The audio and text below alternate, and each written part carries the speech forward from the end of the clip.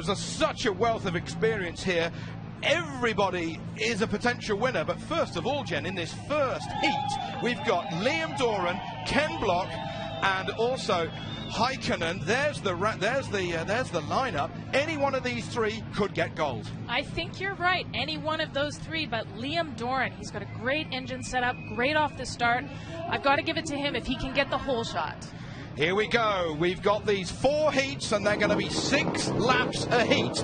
If you do a jump start, you're going to have to go into the sin bin, as we are racing here in Brazil now. What a brilliant start by Heikkinen, and he goes from the outside, and he touches immediately. Oh my goodness! And he's onto the dirt, and that's the slippery bit, but Heikkinen has got the run, and Doran's out immediately, Jen. Really tough. That is a move that, moving to the outside, we've seen Brian Deegan do it, and we've seen Liam Doran do it, and that's what happens when you have drivers who are aggressive and try and stay in there. But it worked for him. It's a risky move, and we'll see it from some of the more aggressive drivers here today, all day. Heikkinen, therefore, copying what Doran did in some European rounds a couple of years ago, Jen. But Thomas Heikkinen, what a star from Finland. He's coming through the order. He's only 22 years old. We didn't see him race in LA last year. He had that terrifying practice crash. There are bales on the racetrack on the inside of that first corner, but a Finn is always cool. Yes, they are. Look at him driving. The secret here for both Ken and Thomas Topi Heikkinen is just to keep it clean. 2 cars are going to advance to the final from this heat. Liam Doran appears to be out of the running at this point. He'll go to the LCQ. So if these guys just keep it clean, not damage their cars, then they're going to advance, and they're going to be able to take it easy until they get to the final. Now, just like NASCAR, oh, where is Block? Where is Block? Where is Block? He's gone wide. He's disappeared out of shot. There he is. He's taking it cool. I was just about to say, Jen, these guys, they've got spotters, just like NASCAR, at the top of the grandstand, overlooking the start-finish line in radio contact with the drivers, and they will be saying to Heikkinen and to Block, cool it, you don't need to stress or risk the car. As long as you get to the line, you're through. You're really seeing the traction change here. They go over the blue groove and then into that dusty dirt. That dirt, it's almost like silk when it gets up into the air. Very hard to see, which is probably one of the reasons Ken's staying so far back, so he doesn't have any visibility problems there. But crazy traction changes throughout this course, and they're just having to adapt to it. The course changes every lap. Very good point. The Block holding back, really, so that he can get a bit more of a view. They watered the course before the green light was given to these guys. The irony of this field being almost underwater a week ago, and now we've got this the dust problem. Of course, we're coming into the early autumn here in this part of Brazil. We're coming out of a summer where it's sometimes that's about 115 degrees Fahrenheit. So the temperature inside the cars for these drivers is still monumental. Well, look at that dust. So imagine being in that car and following the car that is throwing up all that dust. I mean, visibility is almost 0 when you're in that situation. And it's hanging in the air there. Every corner is dusty for these guys. So then Heikkinen, the 22-year-old, the good old-fashioned Finn. He's got that staccato English, just as we are so used to listening to the Kankkinens and the Mackinnens and the Marcus Bravo. Marcus, if you're watching, I hope that you're well. He had a crash in LA last June. He's retired from competitive driving now, but there's a big conveyor belt of Finns that they make in Finland for motorsport. Formula One or rallying or touring car driving, it's a great place to be a racing driver. And Topi, there he is, taking the checker, so he's there through to the final directly, and Ken Block, as we expected after we saw that first turn incident. Liam Doran not going through.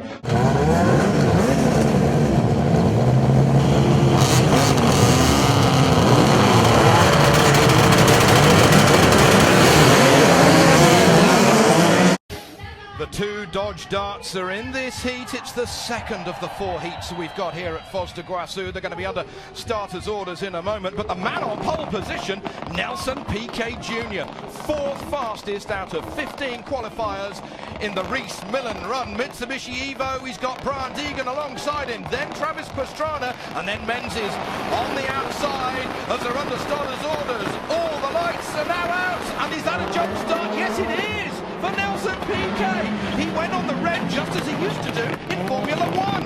So what's going to happen now, Jen? He's going to have to go into the sin bin. What he's going to see is he's going to see a that he should be passing now. When he gets around the second hairpin, he's going to go into that penalty box for a stop and go penalty. He's going to watch the whole field pass by. If he passes by the penalty box, he could be disqualified from the heat. We'll have to see what happens. So Brian Deegan, trailing Nelson Piquet Jr. here, is potentially in the lead, and he's going to try and keep it smooth. Nelson Piquet Jr. takes the shortcut, the Joker, first time round, but he jumped the start. There's been some miscommunication in the squad, but it was all a bit of a last-minute deal to set up that drive for Piquet Jr., son of Nelson Piquet, Formula One world champion, 81, 83, 87, and no fool himself is Jr. behind the wheel.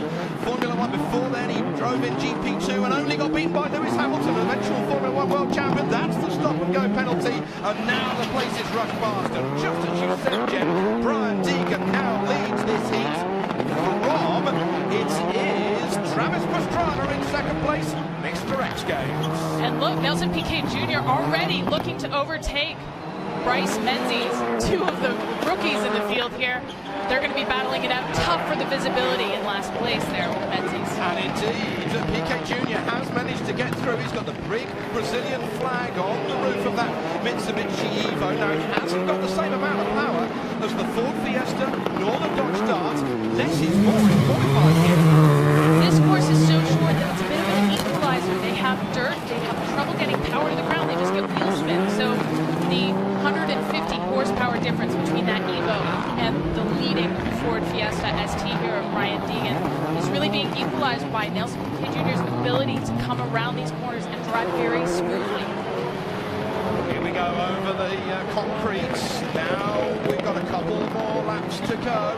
Brian Deegan, though, victor of X Games gold in 2011, and a real upset it was back in LA a couple of years ago. But if anybody's got balance, it's Deegan. He's an incredibly good starter. He came from behind to get a bronze medal last year at X Games.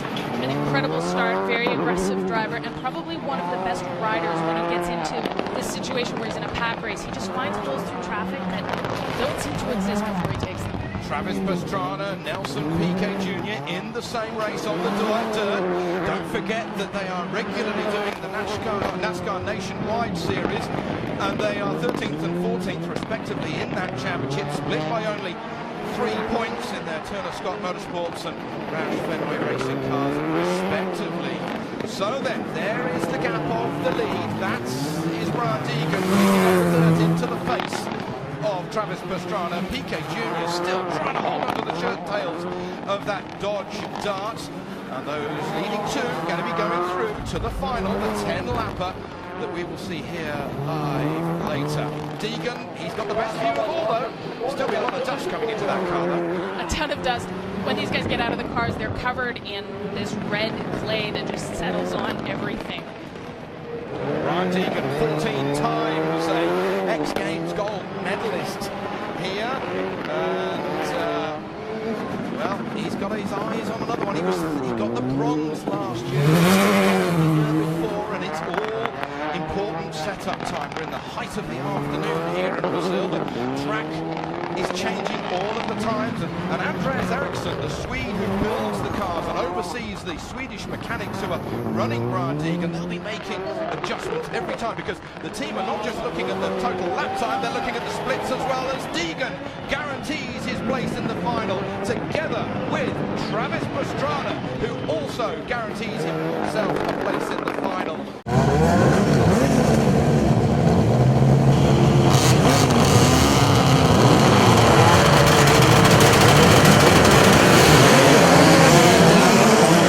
So then, lining up on the far side is Tanner Faust, Steve Arpin, Patrick Sandell, and Maurizio Neves, the local hero on the right-hand side. Great start from Faust. What a brilliant start from Patrick Sandell. That could leave the door open. That could leave the door open. Look at all these Fords battling for it. Sandell is third. He might be fourth. And maybe that was the drifting experience that Tanner saved that crazy slide in there. But did you see he moved to the right a little bit to defend that position?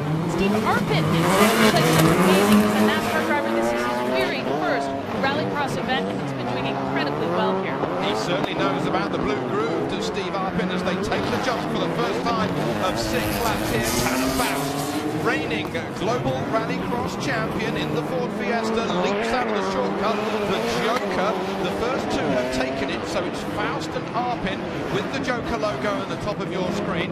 Patrick Sandell, the Swedish, well, the new Swedish House Mafia, that's what they've nicknamed him, down in the rally car paddock. The Swiss-run team, the Swedish-run team. Patrick Sandell, for me, Jim, in practice, one of the bravest drivers who risked a lot to try and learn as much as possible right from the word go a couple of days ago. He's been working really hard, and he's been one of the test drivers at ST that Tanner Faust and here are both driving in this heat. But you know, he only qualified in the 11th position, and I think he was pretty frustrated about that. We see Steve Arpin here, who qualified in the 6th position, and he's doing really well on this course. He's reading the dirt well. You know, he used to race dirt modifieds, and he races snowmobiles, and this kind of traction challenge is right up his alley. Sandell has still got to take the Joker, so Patrick Sandell in that 3rd position. Seconds, a little bit less than 2 seconds behind Steve Arpin before he took the Joker. So let's see what Sandell does when he comes over that jump in through the terracotta chocolate cake coloured dust that we've got here. He holds it out, he's stayed saving the Joker for last. Is Patrick Sandell, Brazilian flag waving away on the back of that Ford Fiesta. He's super cool, is that Swede in there. Although I have to say, the temperature inside those cars would be what, 110 degrees Celsius? Fahrenheit minimum. I hope not Celsius. Probably feels like it. It probably does. It gets so hot. They're wearing triple layer fire suits. They've got helmets. They've got head and neck restraints on. And the transmission tunnel really heats up the inside of the car. It's much hotter inside than it is outside, and dustier too. Yeah, the radiators for these cars are actually in the back seat area as Sandell takes the Joker, and it doesn't unravel itself. It doesn't shake out as we now start lap 5 of 6. That Joker lap's really tricky here. It's not a huge advantage to go in it. It's not a couple of car lengths. It's maybe half a second. And it could be good for a pass, but you've got to be really close. There's Tanner Faust way in the lead there. Tanner Faust, the most X Games medals in this rallycross discipline. He's had 3 golds, a couple of silvers and a bronze, but well, Alyssa was telling us that he was nervous, that was making him nervous, but that seems to work for him, and he's got the cleanest car because he's got the best view as he sees the white flag. Puff of tyre smoke there as Mauricio Neves, he has a moment in the locally run Peugeot V6. But coming back to Tanner Faust, he's got the cleanest view, and again the nerves will be settling inside that number 34 Ford Fiesta. Half a lap to go. And he's in the lead and he has the cleanest view, but he's still getting dust, and I wonder if Mauricio Neves is maybe throwing up a little bit of dust as the faster cars are able to gain half a lap, 3/4 of a lap on him. Yeah, it doesn't show how good and experienced Neves is, a 3-time Brazilian rally champion. But Tanner Faust wins Heat 3 here at X Games Foz do Iguaçu, and coming over the line brilliantly, Steve Arpin. That's a massive thumbs up for Arpin there, the Canadian.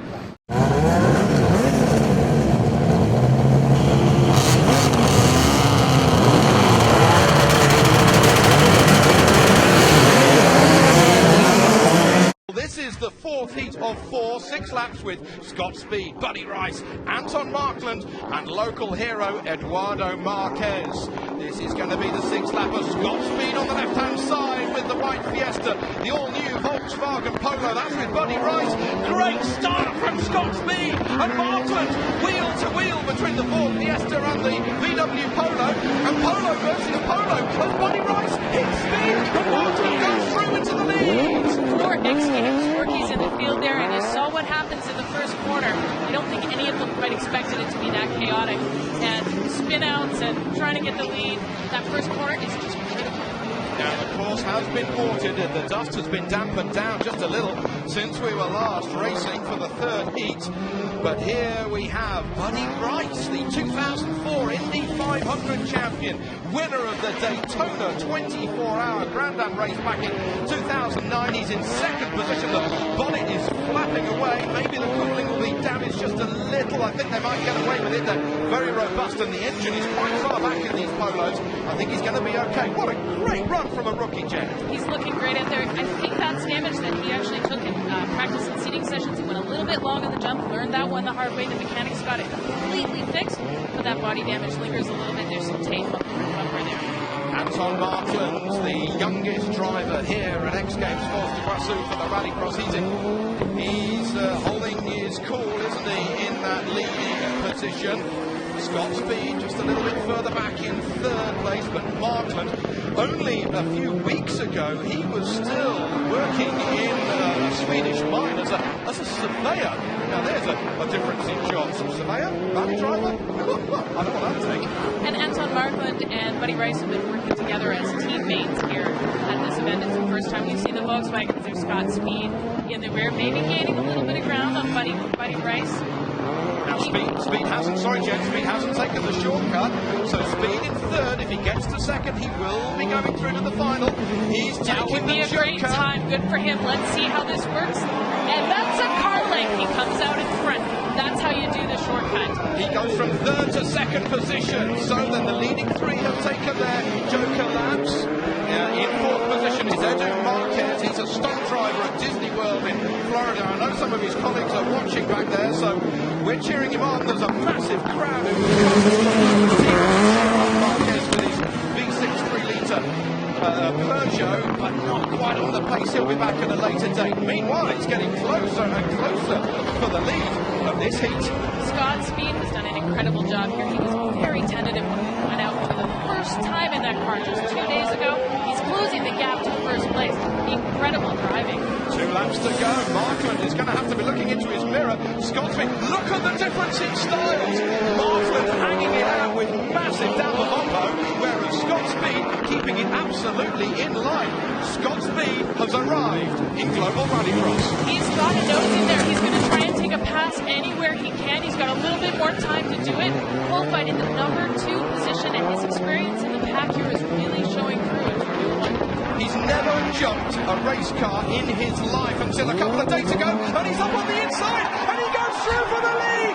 This is fantastic from Scott Speed. He's driven so many cars, and he goes from third to second to first. He wishes it is the final, but here we are on the last lap. He is making his mark. Brilliant stuff. He's doing an incredibly good job here. This is the first time he's even driven an all-wheel drive car. He's slinging that thing around like... He's back to the quick shifter. He's back to the flat shifting, just as he had in Formula 1. And this is a star for the future. Goodness me, he jumps it for the last time of 6 in this heat. And Scott Speed with the Ford Fiesta comes out of the final corner to take the win in the heat. Take the checkered flag. Anton Markland gets second position. Buddy Rice and Edu Marquez, they're going to be third and fourth. They've got a chance in the last chance qualifier in a few minutes' time. Cars in this last chance qualifier. I remind you, the first 2 guys over the line go to the final. We're under starters' orders, and on green, we're going to be go! Oh, Doran makes a terrible mistake! Oh, no, and it takes Bryce as well. Looks like Liam had a problem with his car. Bryce bumps him from the rear, and they can't keep going. That now means that Buddy Rice leads the race. Buddy Rice has got the advantage from Patrick Sandell, the American, ahead of the Swede. It's the Polo ahead of the Ford Fiesta. Third position is Nelson Piquet Jr. That car, that Mitsubishi, is quick. So if he keeps his cool, he could make up position. Patrick Sandell, former junior world rally champion, in second position, takes a wide line over the jump as Buddy Rice takes the Joker, first time of 4. And there's Buddy Rice, well out in front now. If he can hold that position, that will be him into the final. I have to remind you, everybody has to take the Joker once out of these 4, so that's a bit of an artificial lead, Jen, at the moment. But he's doing an incredible job out here. Indy 500 winner, he spent 8 years in the IndyCar Series, has won the Rolex 24 Endurance Road Racer, and he's really learned very quickly how to maximize his advantage on this track.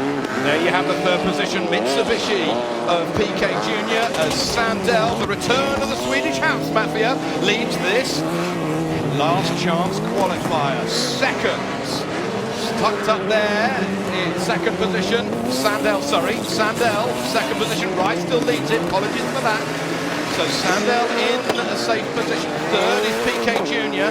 Japanese car, English mechanics, out of the USA, run by a Kiwi, driven by a Brazilian. So neither second or third have taken the Joker yet. Sandell in the black and white Fiesta. I remind you, PK with the Brazilian flag on the top of the Mitsu. I wouldn't be surprised to see them try and take it here. They've got to get close to maximize the advantage into the Joker. Nope, he went wide and took it on the outside. But what we're seeing from PK Jr. is he's clawing back a little bit of time every lap. He's very good in the corners in that car. He may not quite have the horsepower of the car that he's chasing down with Sandell, but certainly in the corners he's got a bit of an advantage. It's a half-mile circuit that we've got here. We've got just half a lap to go. It's a shorter LCQ over the 6-lap heats. It's just 4 laps that we're doing here for the last chance, and Buddy Rice is going to be guaranteeing himself a place in the final. There goes Sandell. The two have got to go for the Joker. There goes Sandell through. Into the Joker. And so, of course, as PK Jr., Rice goes through. Brilliantly done by Buddy Rice. Sandell goes through into the final. The Polo and the Fiesta guaranteeing themselves a place for the 10-lap finale, for the chance to see who can grab Rallycross gold, silver and bronze here at Foz do Iguaçu. 6,000 horsepower about to get underway. The thrill in Brazil is underway. Watch gold that medal. start, amazing, into the front. First corner, all sorts of chaos. Tanner recovers in third there. And it's gonna be Sandell. It's Heikkinen who leads. Thomas Heikkinen leads this race with Scott Speed in second position. Third is coming into view. That looks like Markland in the Volkswagen Polo. So there's been drama and action. There's some plastic stuck on the front of Scott Speed's car, but it immediately gets itself out of the way. It's a 10-lap finale that we've got here. He's shedding his bodywork, he's shedding his bumper. Tanner Faust was caught up in that first corner incident as the dust is clearing. There's a yellow flag still being waved at turn 1. 10 cars into that first corner, won't get a fin. Look at all that dust. There was contact in the first corner, and it's going to be hard to stay out of everybody's way. 10 cars, 3-row starting grid. It was bound to happen that there was going to be some contact. So leading this race is Heikkinen from Scott Speed. The two Ford Fiestas ahead of the Polo of Markland. And fourth is now Patrick Sandell, former Junior World Rally Champion, ahead of Steve Arpin. Deegan is sixth, Pastrana is seventh, from Faust, Block and Rice. But they are a long way back. Taking the inside line, taking the Joker, goes the Polo. Heikkinen still leads. That Joker is just enough for a little pass. We can see there's damage on the front end. That looks like it's probably just a bumper. The cooling's in the rear, so it's not likely to affect the performance of Sandell's car. Meanwhile, there's your leader coming around the left-hander. And look at the cars, bottom of your screen. That's Tanner Faust and Travis Pastrana, two of the favorites in this medal round. Oh, Faust, who took gold in X Games in LA in 2010, out of this race.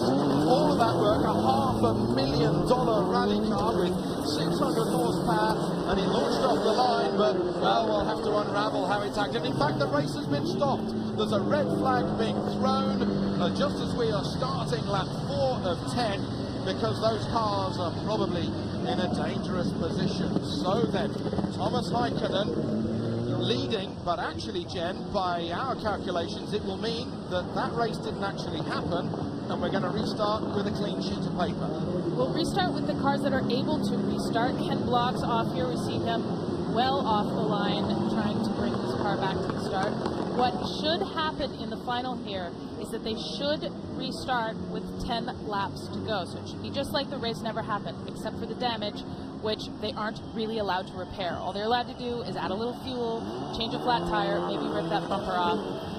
We're going to see what happens here, but 10 cars on that course. Oh my goodness, Buddy Rice, the hood goes up. That's It's very hard to see when that happens. You can see and you can drive, but with all the dust and everything, that's tough. And let's hope that the windscreen isn't smashed when the bonnet came up. It shouldn't have done, with the lightweight fiberglass and carbon fiber on that VW Polo. Now this is how it unleashed. Look at the front row, and they all go for the same piece of concrete. There was a tag even before they got off the concrete.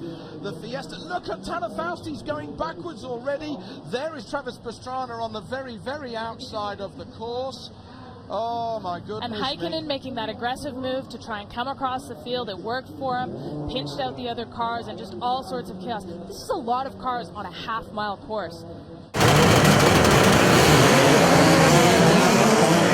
With Scott Speed on the pole position, Brian Deegan alongside him, Heikkinen on the right-hand side. They unleash over 600 horsepower through four-wheel drive, and it's gone!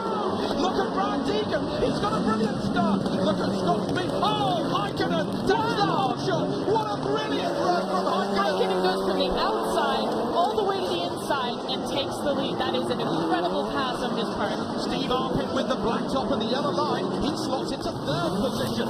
Second is Scott Speed. What a great run. But it's the Finn who leads. Ahead of the American, ahead of the Canadian.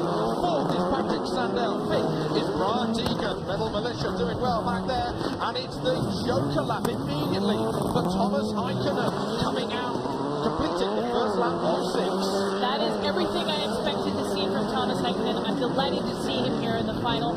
He was injured and couldn't compete last year, and there he got his chance to pull all of his moves, all of his aggression, outside to inside, hold on to that lead. He can hold it to the end here.